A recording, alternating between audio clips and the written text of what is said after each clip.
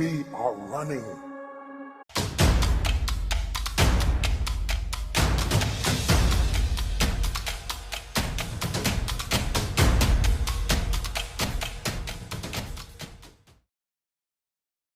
For we are opposed around the world by a monolithic and ruthless conspiracy that relies primarily on covert means for expanding its sphere of influence, on infiltration instead of invasion, on subversion instead of elections, on intimidation instead of free choice, on guerrillas by night instead of armies by day. It is a system which has conscripted vast human and material resources into the building of a tightly knit, highly efficient machine that combines military, diplomatic, intelligence, economic, scientific, and political operations. Its preparations are concealed, not published. Its mistakes are buried, not headlined. Its dissenters are silenced, not praised. No expenditure is questioned, no rumor is printed, no secret is revealed.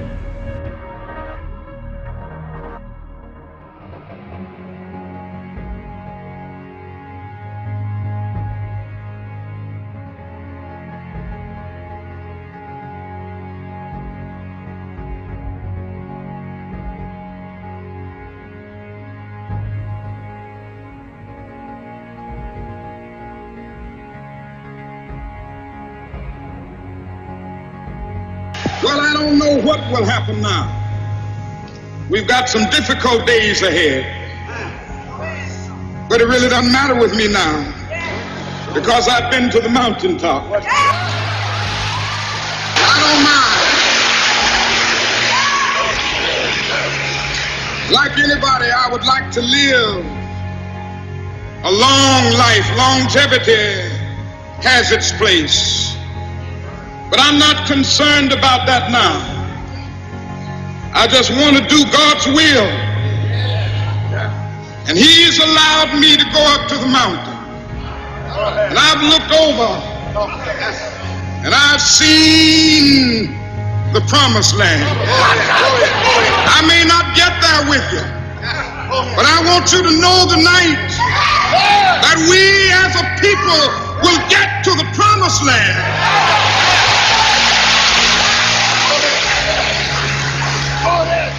So I'm happy tonight. I'm not worried about anything. I'm not fearing any man. Mine eyes have seen the glory of the coming of the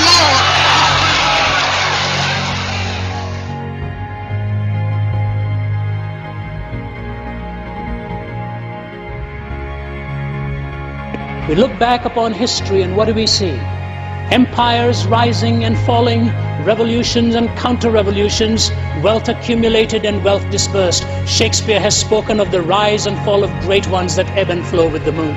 He says, I look back upon my own fellow countrymen, once upon a time dominating a quarter of the world, most of them convinced in the words of what is still a popular song, that the God who made the mighty shall make them mightier yet.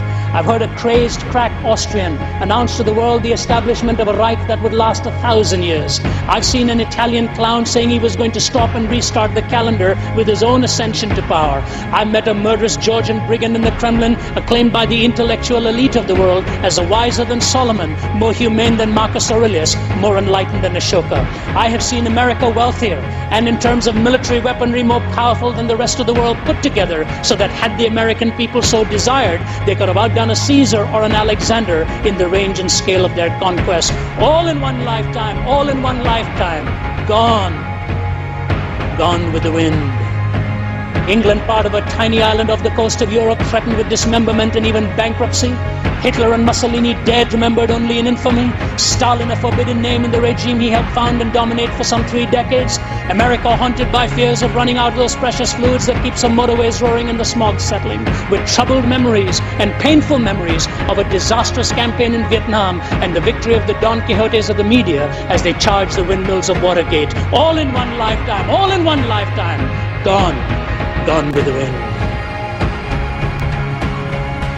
Behind the debris of these solemn supermen and self-styled imperial diplomatists stands the gigantic figure of one person, because of whom, by whom, in whom, and through whom alone mankind may still have hope, the person Jesus Christ.